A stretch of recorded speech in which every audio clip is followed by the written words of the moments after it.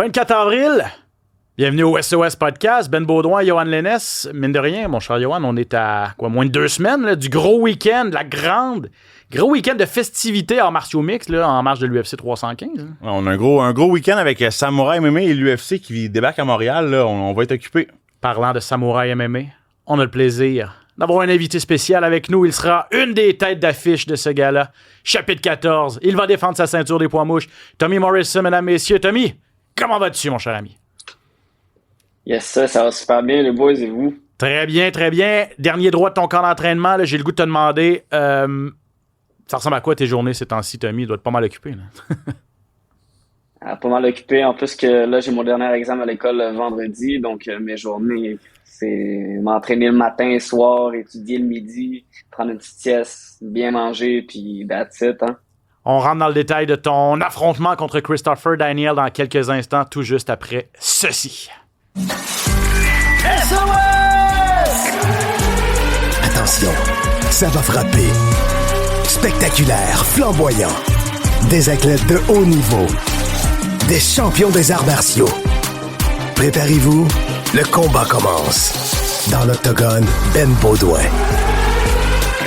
SOS Podcast! Eh oui, très heureux de vous savoir avec nous encore une fois au SOS Podcast. On retrouve Johan Lennes et Tommy Morrison. Tommy, t'affrontes Christopher Daniel à Samouraï MMA le 9 mai prochain. Ça, c'est la veille de l'UFC 315 à Montréal. Première défense de titre officielle de ton championnat, de ta ceinture des poids mouches. Comment tu te sens là, à l'aube de ton retour dans la cage de Samouraï à 2 semaines, là, en fait? Là? Je me sens super bien. C'est ça, mon première défense de titre. J'étais supposé me battre le 7 mars, donc je m'étais préparé pour un 5 rounds le 7 mars. Finalement, mon adversaire n'a pas pu se battre, donc c'est un bien pour un mal vu que je vais me battre la veille du UFC le 9 mai.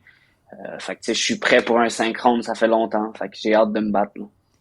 Hey Tommy, on le sait, t'es un combattant qui a beaucoup d'expérience dans la cage. T'es allé souvent en décision.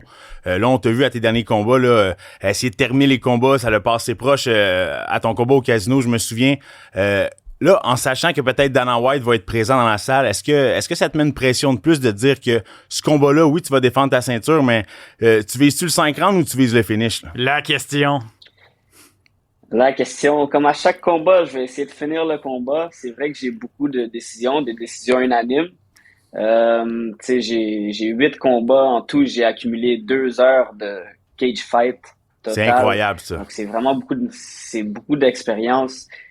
C'est sûr que je vais y aller pour le finish. Le fait que les gars de la UFC soient là ou pas, c'est le fun, mais comme à chaque combat, le but, c'est de gagner, peu importe qui me regarde, puis peu importe c'est contre qui. Parce que moi, je te connais, Tommy, tu sais, je me suis entraîné un petit peu avec toi, puis tu sais, je te vois t'entraîner souvent au TriStar, puis je sais à quel point tu es un combattant spectaculaire, puis tu peux faire des choses spectaculaires, que ce soit dans le gym ou au combat, puis tu sais, j'espère, puis je souhaite que tu puisses démontrer ça aux gens puis à tout le monde que Tommy Morrison, oui, il fait des décisions, mais aussi, il y a beaucoup d'outils puis il y a beaucoup de special moves, si je peux me permettre l'expression, dans ta boîte à outils, là. Ça, j'ai hâte de démontrer ça le 9 mai. Puis comme à chaque combat, ça va être un... tu sais, j'ai 8 combats, puis je pense que j'ai eu 4 Fight of the Night. Donc, à chaque combat, c'est des gros combats, puis ça va être un gros combat le 9 mai. Là, Johan est en train de nous dévoiler certains petits trucs qui vont au gym, c'est sûr. Est-ce que tu es d'accord un petit peu avec lui ou est-ce que c'est vrai que tu n'as pas nécessairement démontré encore une fois, malgré tes 2 heures de présence dans la cage de Samouraï, tu n'as pas encore démontré 100% de ton arsenal? C'est sûr que... alors, je dis juste 2 heures, mais c'est beaucoup 2 heures. Oui, non, c'est énorme. C'est énorme. J'ai pas démontré tout ce que je peux démontrer, puis à chaque combat, je vais en démontrer de plus en plus, puis c'est ce que je compte faire à mon prochain combat. Parce qu'il faut le dire, là, t'as quoi, t'as 26 ans? J'ai 26 ans, ouais. T'as commencé en 2021, si je ne m'abuse, en tout cas, au tout début de Samouraï, le 2021 ou 2022.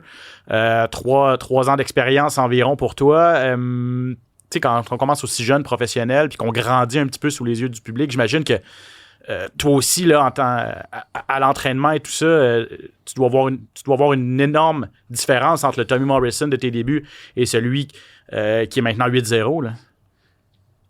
100%. Puis même j'ai des vieilles vidéos de moi qui s'entraînaient en 2016, 2015, puis c'est vraiment pas comparable. Même si on regarde mes combats niveau amateur, même mon premier combat pro, si on le compare à mon dernier combat pro, j'ai complètement changé, puis je suis juste de plus en plus à l'aise dans la cage. Puis on le sait, Tommy, toi, t'es pas juste un combattant, t'es quelqu'un t'as une tête sur les épaules, tu vas à l'école, si je me trompe pas, t'es à l'université. Comment tu réussis à jongler avec tout ça en même temps, là? J'imagine que tu dois être super structuré, là. J'ai pas le choix d'être structuré, c'est sûr. C'est pas quelque chose d'évident. Là, je vais bientôt finir mon bac en génie informatique. Wow. Idéalement, d'ici la fin de l'année, donc en novembre, je devrais avoir ma bac d'ingénieur. Je prends juste 3 cours par session. C'est quand même beaucoup, mais tu sais, le programme habituel, c'est de prendre environ 5 cours. Moi, j'en prends 3 pour pouvoir justement m'entraîner temps plein puis aller à l'école à temps partiel. On s'entend que dans le CV, être champion professionnel de l'organisation Samouraï MMA, 8 victoires, aucune défaite, et avoir un bac. Être ingénieur. Être ingénieur, c'est des belles accomplissements, là, Tommy. Good job. Merci. Non, exact. La combiner travail, études, entraînement. C'est pas évident. Non, ça doit vraiment pas être évident. Ma petite sœur est boxeuse professionnelle, elle l'a fait, puis je peux te confirmer qu'elle nous le disait là, que c'était pas toujours facile, puis elle était en soins infirmiers. Je sais pas que c'est moins, tu sais, c'était du cégep, c'est pas moins difficile, mais tu sais, juste trouver trouver l'énergie, puis l'espace mental de focusser à 100% sur ta carrière de combattant, là, puis en faisant de la place pour tout le reste, là, c'est spectaculaire. Félicitations. Mais Johan en a parlé un petit peu, là, que Dana White ou ses sbires, appelons-les comme ça, ou les matchmakers de l'UFC, là, on ne sait pas si Dana va être là, mais peut-être Sean Shelby, Mick Maynard, des gars qui viendraient voir Samouraï MMA. Et, je veux dire, on le dit, t'es déjà champion, t'as seulement 26 ans, c'est sûr qu'ils viennent pas voir... ils veulent venir chercher peut-être des gars qui ont de l'avenir au prochain niveau. Pression supplémentaire pour Tommy Morris. C'est sûr que t'as pas le choix d'y penser. Là. Je veux pas t'en mettre de la pression, mais je veux dire, c'est un peu la réalité quand même. Là. Ah, c'est sûr que la pression, je pense qu'elle vient intérieurement. Fait que si je me mets cette pression-là, je vais la ressentir, mais j'essaie de me l'enlever des épaules, puis je me concentre sur ce que je peux contrôler. Puis ce que je peux contrôler, c'est l'entraînement, puis tout ce qui est récupération, coach mental, exercice de breathing exercise, n'importe quoi que je peux contrôler, je le fais. Puis rendu dans la cage, je vais avoir tout fait ce que j'avais à faire. Faut te laisser partir dans quelques minutes, mais juste avant, pas le choix de parler de ton adversaire quand même. Il y a un nom, il s'appelle Christopher Daniels, c'est un vétéran, il a 34 ans. Plus de défaites que toi, là. Il y en a quand même 4 au cours de sa carrière en 15 combats pro, fiche de 9, 4 et 1. Cependant, c'est tout un finisher. Là. Sur papier, ça a l'air d'être un as du jiu-jitsu là, parce que 6 de ses 9 victoires ont été acquises par soumission. Ajoute à ça 2 KO, donc 8 en 9 au niveau du finish, Tommy. C'est un gars dangereux là, et qui va te permettre peut-être justement de prouver ta valeur.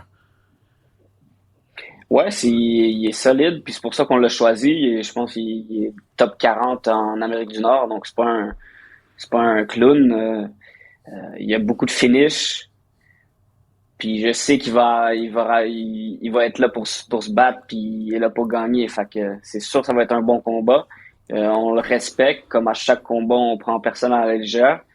Mais moi, je pense que je suis meilleur que lui dans tous les aspects de la game. C'est un ceinture noire en jiu-jitsu, moi aussi.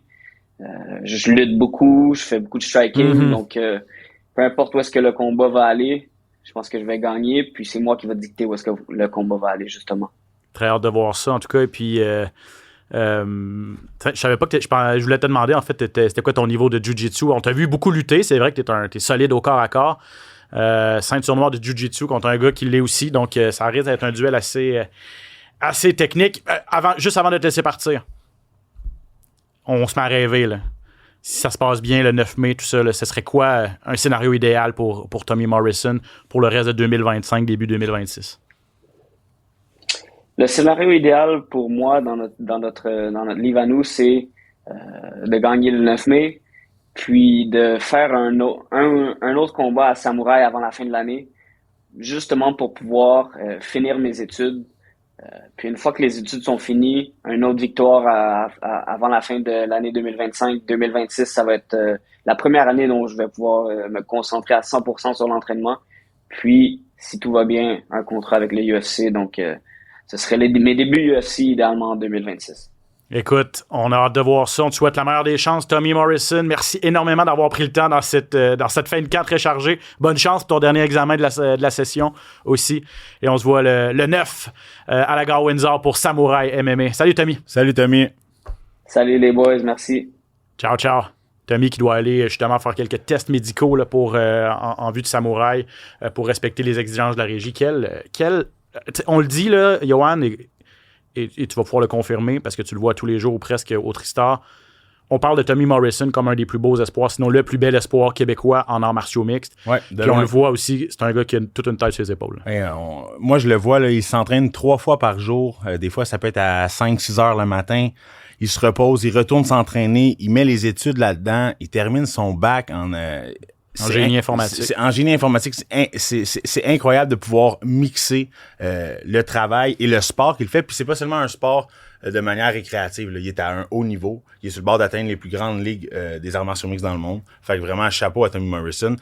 Puis je sais que son père est derrière lui beaucoup. Ouais. Donc, tu sais, faut prendre le temps de lever le chapeau à Jeff, son père aussi, que je sais qui est aussi son agent puis qui est très structuré derrière lui. Mais tout le mérite va à Tommy. Là. Oh, ouais, exact. Un gars, Jeff... Morrison, super sympathique aussi. Si vous allez voir Samouraï, c'est sûr que vous l'avez vu. Il va être impliqué. Il est pas mal sur le parterre à chaque fois, puis on l'entend pas mal s'impliquer dans les combats de son fils. Donc, ça va être à suivre. C'est une des 2 têtes d'affiche. En fait, là, les 2 finales, si on peut dire, il y a, je sais pas si c'est Tommy en dernier ou si c'est Michael Dufort. Je crois que c'est Michael Dufort, la tête d'affiche, puis ouais, en demi-finale. Tommy en demi-finale. Il y a aussi Louis Jourdain là, qui va se battre à Samouraï. On va essayer de bon test pour Louis Jourdain aussi. On va essayer de l'avoir au podcast la semaine prochaine, Louis. Mais le frère de Charles là, qui vise lui aussi peut-être une entrée à l'UFC. Et on le disait, il y aura pas eu un gala Samouraï avec autant de notoriété, là, disons-le comme ça, juste parce que il y a peut-être des décideurs de la grande organisation qui vont être dans les gradins. Exactement. Puis, les noms que tu as mentionnés, là, c'est des gros noms. On le sait aussi, là, Louis Jourdain, frère de Charles Jourdain, si je me trompe pas, il est sur une belle lancée. Louis, ça fait longtemps qu'il s'est pas battu, mais il a gagné son dernier combat. Très spectaculaire, Louis Jourdain. Il n'a pas eu la chance de se battre nécessairement. Il n'a pas eu la chance d'être actif comme il aurait voulu l'être à cause des blessures, à cause de certains problèmes. Mais là, il est de retour, il semble être en grande forme. Donc vraiment, c'est un événement où est-ce qu'il y a des combattants qui vont pouvoir se démarquer, puis peut-être vraiment se faire recruter par l'organisation. Hein. Regarde, tu vois Mick Dufort en finale qui affronte Samuel Diaz, qui est 10-2, un Brésilien. On a parlé de Tom Morrison contre Daniel. Puis Louis, qui est 7-3, affronte un Brésilien, lui aussi, qui est 12-3. 12-3, c'est toute une fiche. Donc, c'est des très bonnes fiches. Donc, voilà pour Samouraï MMA chapitre 14, le 9 mai prochain, en direct de la gare Windsor. Les billets sont en vente. Je sais même pas s'il en reste, en fait, là, parce que c'est pas une grosse salle. Ouais. Mais ça va amorcer ce gros week-end de festivités MMA à Montréal. Mais juste avant, il en reste 2 galas UFC avant le gros UFC 315. Semaine de congé la semaine dernière pour l'UFC. On est de retour cette semaine à l'action avec l'UFC Kansas City. En finale, Ian Machado Gary contre Carlos Prates. Honnêtement, c'est un duel qui m'intrigue énormément. Machado Gary qui est classé 7e chez les 170 livres. Et là, je vois ta face. Non, mais oui, parce que moi aussi, je suis intrigué complètement. Et je trouve que c'est un beau combat. Je trouve que c'est mieux que Jeff Neal contre Pratt. Oui, exact. Prates devait affronter Jeff Neal au 3-14. Finalement, Neal s'est blessé. Prates qui est quand même dans le top 15, 13e, après une entrée fulgurante à l'UFC. Mais je voyais ton visage parce que Machado Gary, c'est un gars qui est rentré à l'UFC en même temps que toi à l'époque, ou à peu près. Puis je sais que tu m'as déjà dit que c'est un gars que tu aurais aimé ça, croiser le fer avec lui. Le gars a toute une carrière quand même. Comment tu vois ça, là, tout d'abord? Ian Gary, comme tu l'as mentionné, il a toute une carrière. Là. On dirait que tu arrives à l'UFC à l'âge qu'il a, c'est le chemin que tu veux prendre, c'est celui que Ian Gary a. Il est arrivé à 23, 24 ans, il y en a 27 aujourd'hui. Exactement. Puis, tu sais, il a fait des performances spectaculaires. Tu sais, il a été testé, il a été monté un petit peu par l'organisation. On a mis du hype autour de lui. Écoutez, son dernier combat a fait face à l'adversité, a pris le dos de Rakhmonov, a failli le terminer. Tu sais, donc vraiment, ce combat-là, puis là, arrive à la dernière minute contre Prates. Ouais. Tu sais, c'est pas à l'avantage de Ian Gary, c'est super risqué pour lui en ce moment. Mais décide de sauter comme ça. Je pense que le premier round, deuxième round peut être dangereux pour Ian Garry. Puis plus le combat va aller, plus ça va être en sa faveur. Ça va être un 5 rounds. Et j'ai exactement eu cette réaction-là. Et j'ai eu la chance de parler avec Ian Garry cette semaine.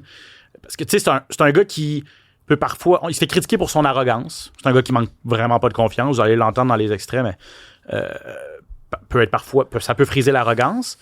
Mais honnêtement, là, je pense qu'il est allé chercher beaucoup de respect en acceptant ce défi-là. Il pouvait dire non. Là. Il n'était pas obligé d'affronter un gars qui est si rang derrière lui, puis un gars qui est sur toute une séquence super dangereux. Mais vous allez l'entendre, dans la tête de Ian Garry, il n'était pas question de dire non lorsqu'on lui a proposé Carlos Prates. I'm born to fight. It's in my DNA, it's in my blood, it's in my history of my people and my country. It's not a question of do I want to fight, it's can I fight? And when someone calls me and the UFC say, hey, there's been a short notice fight that we want you to jump in, I'm like, yes. It's as simple as, it doesn't matter who it is. I proved that against Shavkat. I'll fight the scariest guy in 3 weeks' notice. People are high on Carlos Prates. I'm going to show the world that I am just levels and levels above this guy. Donc voilà, veut prouver qu'il est supérieur là, à un autre niveau carrément que Carlos Prates. Il a prouvé que Shavkat aussi, il l'avait accepté à la dernière minute. Il se préparait pour un autre, il était encore en entraînement pour un autre adversaire. L'adversaire a changé à la dernière minute. Il s'est retrouvé contre Shavkat Rakhmonov, un monstre. Oui. Un gars qui était 18-0 à l'époque, qui avait terminé tous ses combats avant la fin. Ian Garry a été le premier à l'amener jusqu'à la décision. Donc, il n'a pas nécessairement peur. Il sait qu'il peut bien faire contre des gros finishers. Prates en est tout un. 11 victoires de suite, 10 par KO, les 10 dernières par KO. Ouais. Il est arrivé l'an dernier à l'UFC. 4 victoires en 2024. 4 bonnies. 4 bonnies, 4 KO. C'est ça. Un combattant spectaculaire, imprévisible. Imprévisible, parce que c'est ça que c'est, Prates. Mais par contre, c'est certain que Ian Garry s'en va là avec un plan en tête. T'sais, il s'en va pas là de manière aveugle à vouloir échanger coup pour coup. Là. Je m'attends à le voir lutter, je m'attends à le voir travailler avec le jiu-jitsu brésilien, un peu comme il l'a fait contre Rakhmonov. Puis pas échanger, comme tu dis, user de technique un petit peu plus, c'est toucher sans se faire toucher. T'sais. Exactement. Puis on le sait, il est comme ça. Là, c'est un as de la distance, Ian Garry. Ouais. Très bon à distance, se fait rarement toucher, un jeu de pied incroyable. Donc, je m'attends à un premier round à reculons un petit peu, très tranquille. Analyser le combat un petit peu, puis plus le combat va avancer, plus il risque de prendre des risques. Mais c'est sûr qu'il s'en va pas là pour lancer des feux d'artifice avec Prates. C'est beaucoup trop risqué, spécialement qu'il est classé en avant de lui, là, de loin dans le classement. Là. Exact. Il est 7e, Prates est 13e. Il y a de l'animosité entre les deux parce que Prates a dit, moi, c'est ma 2e finale. Je suis à mon 5e combat à l'UFC. C'est mon 2e main event, ma 2e finale. Alors que Ian Garry, c'est son 10e, puis c'est la première fois qu'il se retrouve en main event. Donc c'est son premier main event à Ian Garry? OK. Ouais. Bon, j'aurais pas pensé quand même, parce que, il a fait beaucoup de gros combats, Ian Garry. Ben ouais, c'est ça. Il a été sur des gros... C'est parce qu'on l'a mis sur des grosses cartes pay-per-view, sur des cartes payantes, mais en sous-carte. Mais on l'a quand même placé dans des bons...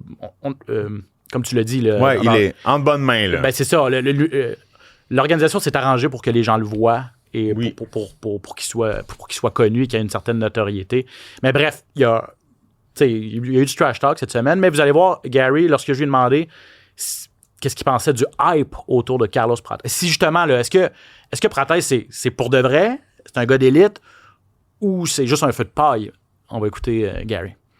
I wouldn't call him a hype train. I think he's done very well. I think sometimes you put hype train as a negative on someone, as in someone's going to prove that this guy's not good enough. I think he's very good. And I think you match him up against the rest of the top 15, he'll do very well. But I'm different. I'm faster, I'm younger, I'm smarter, I'm more intelligent, I'm more elusive. The skill set I have is far, far deeper than his, and I'm just going to show on Saturday night that I am better everywhere.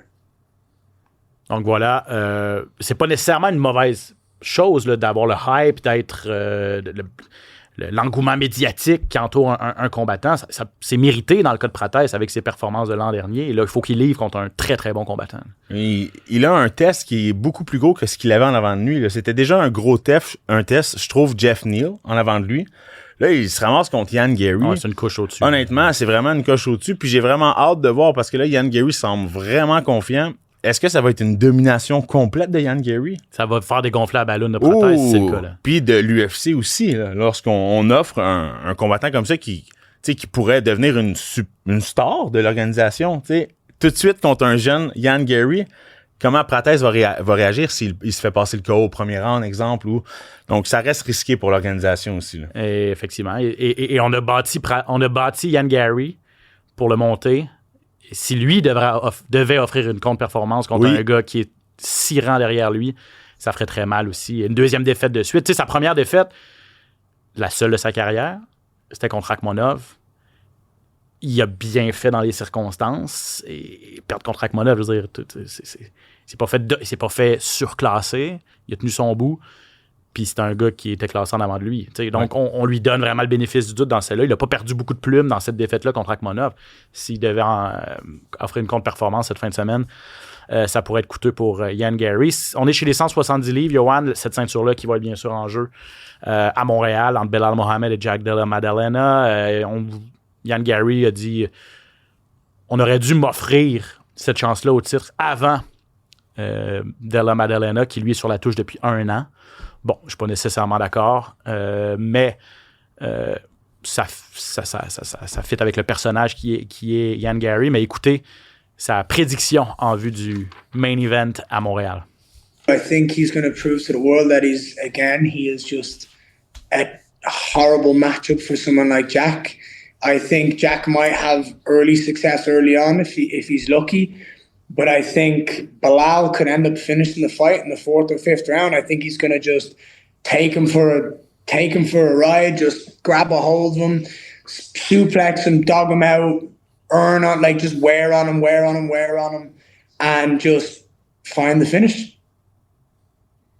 Donc, il s'attend à ce que Belal Mohamed conserve sa ceinture, surtout au niveau du style qui convient pas nécessairement à Jack Della Maddalena, qui est un pur striker. On l'a jamais vraiment vu au sol. On sait que Belal Mohamed, au sol, il peut vous coller comme une sangsue, puis ça peut être une longue soirée. Ouais, surtout gaucher contre droitier, là, si je me trompe pas. À moins que Belal est droitier, mais je pense que Belal est droitier, puis Magdalena est gaucher, lui. Donc ça, c'est au niveau de la lutte, la jambe était vraiment à proximité. Puis Belal, c'est ce qu'il fait, c'est qu'il close la distance, il coupe la distance tellement rapidement. Ça va être un combat difficile, je pense, aussi pour Jack à Montréal. Là. À suivre. Donc, voilà pour les commentaires de Ian Garry. Gros main event, en fait, grosse finale pour l'UFC Kansas City qui pique énormément la curiosité. Une belle carte quand même. On va y aller rapidement pour les autres combats qui retiennent l'attention. En demi-finale, c'est Anthony Smith contre Zhang Mingyang. Smith est encore 15e, mais c'est son combat de retraite. Là. Il l'a dit, ça va être son dernier combat. Officiellement? Ouais. Wow, 59e combat pro. Exact. C'est incroyable, là. C'est énormément de millage. Il est 13-11 à l'UFC, ça veut dire que ça lui en fait quoi, 24 à l'UFC, ça va être son 25e. 25 combats dans l'organisation de l'UFC, c'est beaucoup. Là. Ça fait longtemps qu'il est là, Smith. Il a fait des grosses guerres, il s'est battu contre les meilleurs en championnat du monde, contre John Jones. Contre John Jones en championnat du monde. Donc, un repos bien mérité. Il n'aura pas un test facile devant lui. C'est là. pas le nom, hein? Mingyang, 26 ans. 11 victoires consécutives, il a 10 KO, il frappe extrêmement dur. On le sait, Anthony Smith, dans les derniers combats, a semblé être ébranlé un petit peu, ça semblait plus difficile. C'est pas un combat facile pour la retraite. Ça. J'ai peur pour Anthony Smith, honnêtement. Je veux dire, l'UFC fait pas de cadeau à personne. Non, il n'y a pas de combat facile à l'UFC. Même pour un combat de retraite, on l'a vu avec des légendes là, Shogun Rua notamment, je me rappelle, Frankie Edgar est parti avec son combat de retraite, Ils se sont fait complètement assommer. Puis on se disait, aïe, c'était-tu vraiment nécessaire de les mettre contre des gars comme ça à leur combat de retraite? Mais voilà, Anthony Smith à son 59e combat pro qui affronte un jeune loup en Zhang Mingyang. Giga Chikadze, classé 12e chez les plumes contre David Onama. Chikadze, longtemps a été considéré comme le futur ou un futur champion, là, en fait, ou un potentiel champion à 145 livres. S'est blessé. La difficulté à retrouver son rythme depuis quelques années. Il se bat pas souvent. Il a perdu son dernier combat contre un de tes coéquipiers du Tristar, Arnold Allen. Ça va être son premier combat en presque 1 an, là, juillet 2024. Ça demeure un spécialiste du kickboxing ultra dangereux. Oui, il est un spécialiste du kickboxing, mais il a tout un test devant lui aussi. Là. Onama, là, qui est sur une belle victoire, là, 3 victoires consécutives. Puis il a 14 KO. En 26 victoires. 14 KO, c'est incroyable. Une force de frappe incroyable. Ça va être un combat très relevé. Chikadze aussi, on le sait, là, avec ses kicks, sa distance, c'est vraiment un bon jeu de pied, se déplace bien, est capable de garder la distance. Donc vraiment, c'est un combat très relevé au niveau du kickboxing, au niveau du combat debout. Là. Le Giga Kick de Giga Chikadze. Est-ce que, mais effectivement, qui est toujours classé 12e par ailleurs, et donc Onama a une chance de rentrer dans les classements. Exactement. Par la grande porte cette fin de semaine. Exact. Et Michel Pereira contre Abus Magomedov, on est chez les moyens, 185 livres. Il était sur toute une séquence, Michel Pereira. On sait qu'avant se battait à 170 livres. Problème de poids, il avait de la difficulté à faire les 170 livres. Et monté chez les 185 livres, et ses succès se sont poursuivis jusqu'à ce qu'il rencontre Anthony Hernandez à son dernier combat. Mais ça mettait fin à 8 victoires consécutives. Et Magomedov aussi a deux victoires de suite, mais il a perdu quelques fois à l'UFC, mais contre des très, très, très gros noms. Donc, ça va être relevé aussi, là, ce combat-là. Ça, c'est un combat très relevé, puis c'est un gros combat de poids lourd. Comme tu l'as mentionné, Pereira, il se battait à 170, mais moi, je l'ai vu à l'UFC, Pereira. Il est immense. Okay. Il est immense. Moi, je croyais pas que ce gars-là était dans la même catégorie que moi au départ, à 170 livres. Là. C'est vraiment un monstre. Il est grand, il est costaud. Il est fait tout un athlète. Musclé. C'est tout un athlète très spectaculaire dans sa manière de combattre. Des fois, on se pose des questions un petit peu parce qu'il fait des sauts, il fait des 360 dans la cage. Il a 11 KO à sa fiche. Magomedov, lui, 14 KO à sa fiche. Donc, ça va être un combat qui va cogner, ça aussi. Ça va cogner dur, effectivement. Donc, voilà pour cette carte UFC Kansas City. Manquez pas ça. En plus, il n'y a pas de match des Canadiens le samedi. Toute l'énergie va être concentrée sur le UFC. Vous n'avez pas d'excuses. Vous pouvez regarder en direct cette carte dans son intégralité dès 19h sur TVA Sport 2. En finale, Ian Machado Gary qui affronte Carlos Prates. On passe aux actualités. Rumeurs, échos, coulisses, les plus récentes nouvelles. Le hype UFC.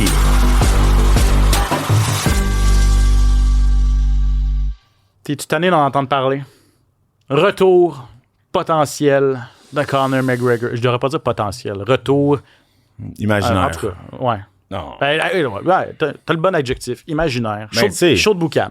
Ben, c'est ça, c'est un show de boucan. Je pense qu'on a le goût de rêver que ça pourrait peut-être arriver, tu sais, qu'on va le revoir. Je pense que son dernier combat, c'était contre Cowboy Cerrone. Non, Poirier, contre Poirier. Quand il s'était brisé la cheville. Il s'est pas rebattu depuis. Il s'est jamais rebattu depuis. Wow.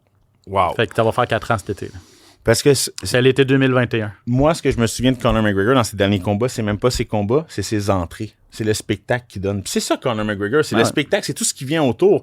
Fait que là, en ce moment, ce qu'on veut, c'est juste se mettre... Est-ce qu'on va vraiment voir Conor McGregor se repeser, refaire une entrée? Parce que dans le fond, on s'en fout de voir s'il va gagner ou non. On dirait qu'on est rendu là parce que c'est rendu un personnage. Puis moi, si j'étais lui, je retournerais jamais dans la cage. Non, mais on était ailleurs, là. Ben, on est 100% ailleurs. Puis lui aussi, il a l'air d'être ailleurs. Ben honnêtement, il y a assez de problèmes, il y a assez de projets sur la table, il y a assez de tout. Puis là, je vais vous mettre en contexte là, pour qu'on parle de ça, c'est parce que c'était le WrestleMania au stade des Raiders. Il y avait énormément de monde, puis lui, il a mis sur Twitter ou sur X pour une de ses conditions. Il a écrit quelque chose comme j'ai besoin d'un combat dans un stade pour mon retour à l'UFC. Il veut se battre dans un stade avec 70 000, 75 000 personnes et tout ça. Et puis là, après ça, il a lancé, sous la même publication, il a lancé le défi à Michael Chandler. Unfinished business, faut qu'on finisse ce qu'on a commencé. Les deux devaient s'affronter, on se rappelle l'été dernier. Puis Chandler qui a répondu. Mais là, en plus, ajoute à ça le fait que, Conor McGregor, il a annoncé à peu près 25 fois sa retraite, 24 fois c'était pas vrai, il a annoncé 12 fois son retour, ça n'a jamais été vrai. Ajoute à ça le fait qu'un combat contre Chandler, qui a perdu pas mal de plumes il y a 2 semaines, je veux dire... Ça devient pas mal moins... Un combat de Chandler-McGregor à ce jour est pas mal moins intéressant qu'un combat de Chandler-McGregor l'été passé. Là. Complètement. Spécialement, on vient de voir Chandler qui a perdu contre Paddy Pimblett. Je veux dire, il est perdu. C'est fait détruire. C'est fait détruire. Putain, on l'a vu l'affiche de Chandler là, dans ses derniers combats. Il a gagné 2 de ses 6 derniers combats. C'est 6 ou 7 derniers combats. Donc, c'est plus un combat relevé, là. C'est plus le style de combat qu'on veut voir. C'est pas comme si Khabib Nurmagomedov faisait un retour et qu'on mettait contre Conor McGregor. Là, on est ailleurs, mais c'est pas le même style de combat du tout, là. Effectivement. Update, mise à jour, oui, on va le dire en français. Mise à jour du combat que tout le monde veut voir, en fait. Unification des titres chez les lourds. John Jones contre Tom Aspinall, l'anglais.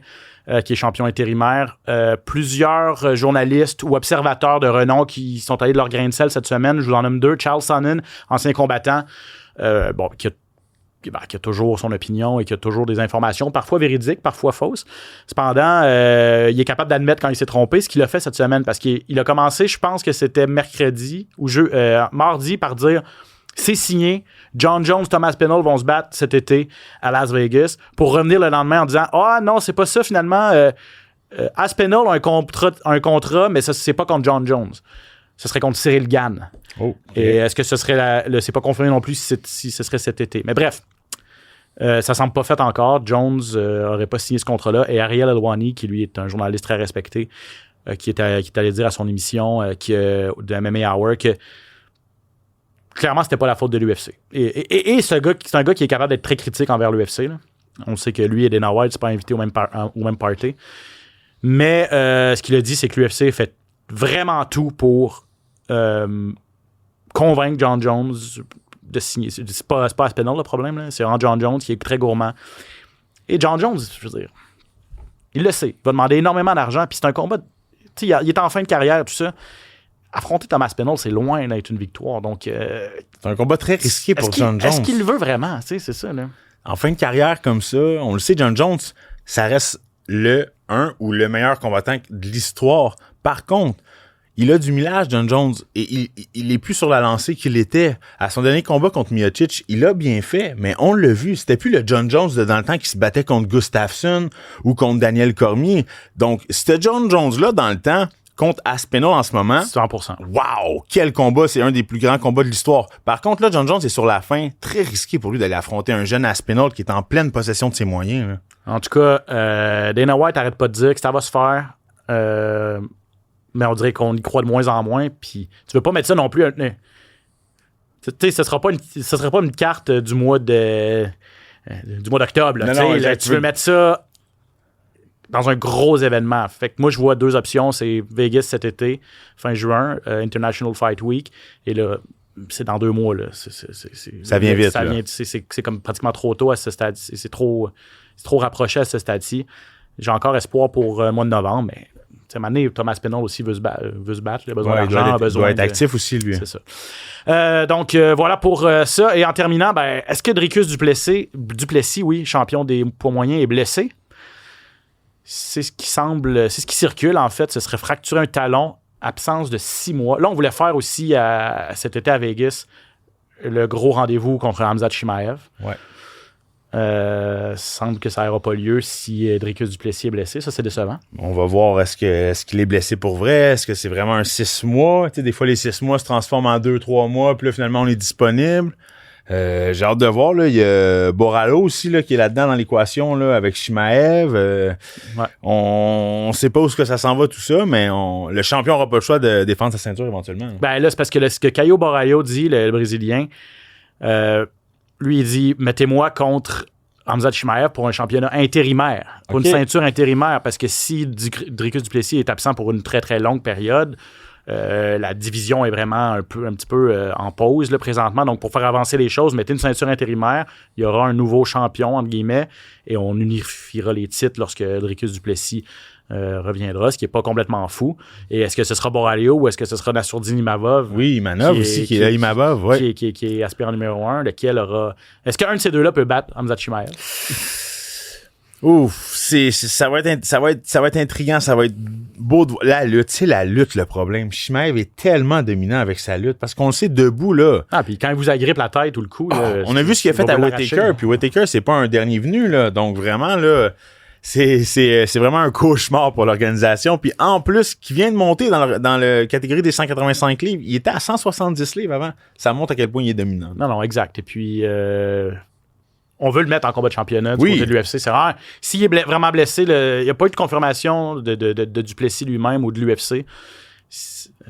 Mais cette blessure-là arriverait à un bien mauvais... Il n'y a jamais de bon moment, là, mais si on voulait placer ça cet été à Vegas...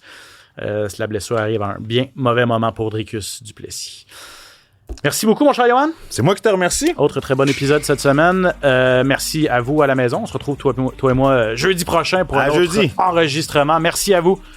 Merci à tout le monde en régie. Je m'appelle Ben Baudouin. Vous écoutiez le SOS Podcast.